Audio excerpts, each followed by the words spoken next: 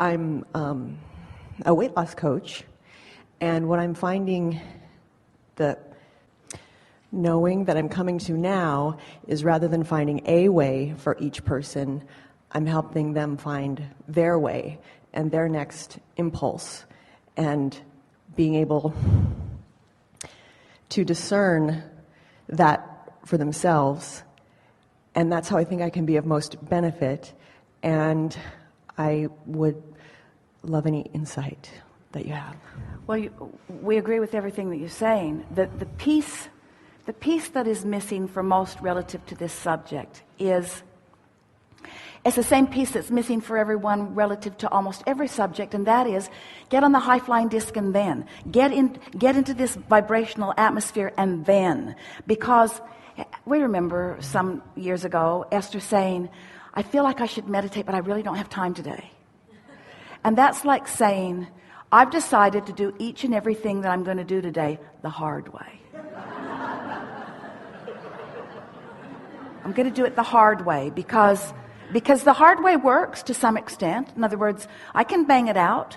The whole world's doing it the hard way for the most part. So if I'm just measuring myself against others who are doing it the hard way, then I'm diligent and really willing to try hard, and we'll put in more hours, and we'll be vigilant, and we'll keep my word, and I will do all those noble things that hardworking, progressive people who are movers and shakers do, then I'll be able to make my mark on the chart of doing it the hard way. But there's a whole other way.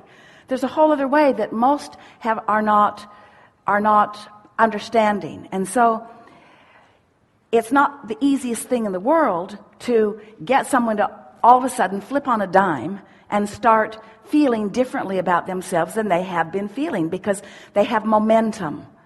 And so it's a matter of helping them start new momentum, helping them understand that there is a natural rhythm that they will find. But we have to say, and most who are counseling most people about most things don't agree with this initially until they have a chance to get on the inside of it and try it a little bit and see what's going on.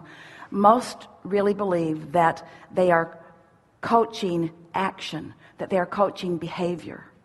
And it doesn't matter what behavior you coach them to, if they're not in a place of liking themselves, if they're not in a place of loving themselves, if they're not in a place of allowing themselves, if they're not in a place of softness. It's like, here's the picture that we would like you all to have. So, because this is the way that it is. So you are, each and every one of you, the focus of source attention all day, every day. Not just guessing attention, precise.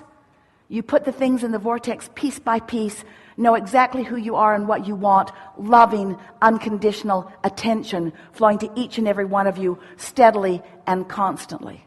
So here you are, the subject of all of that attention.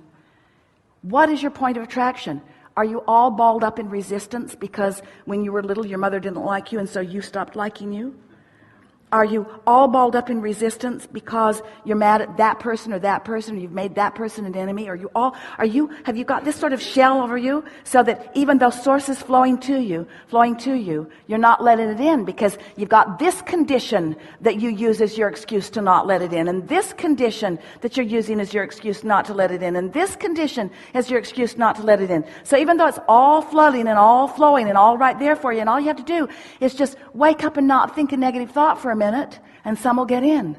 Wake up and meditate for a minute and stop that spewing of resistance. It's like you're walking through clear space and you're spewing resistance that's, in this example, a red inky mist. And so now you're complaining that everywhere you go there's this red inky mist all out there. It just never dissipates. It's always there, it's always thick, it always kind of blocking view, and we say stop spewing it, and after a while it will dissipate. After a while it will dissipate and you'll be in that clear space. So that's what you all, as teachers and uplifters and counselors and mentors for so many people, that's what you are wanting to be for them. You're wanting to help them with the soothing. You're wanting to say to them the things that the source within them is saying to them that they can't hear because they've got themselves all blocked off. You have to say, it's okay, and you're doing really good, and it's going to be fine, and I'm really proud of you, And this is a good thing. And this is not going to be as difficult as you might have thought it's going to be. And easy does it. And I know this for sure. And it's going to be okay. And we're finding that path for you. And you are the creator of your own reality. Now, a lot of them aren't ready to hear that. So don't lay that on them too soon. They might freak out. But as long as you know it, as long as you know that they are the creator of their own reality, and that the reality that they have created is in the vortex. They have created a reality that is exactly what they want. So as a mentor or a teacher or a guide, what you're wanting to do is to soften that vibrational barrier that they have established over a long period of time, so that some of what they want can reach their cells, so that some of what they want can reach their mind, can reach their impulses. So you are soothers. That's who you are. If you are a coach, you are a soother, because you understand what the work for them to do is, to soften that shell and let the well-being, not that you are asserting to them, the well-being that they have asked for and that source is flowing to them. You see, that was really good. In fact, that was the best conversation we have ever had about that.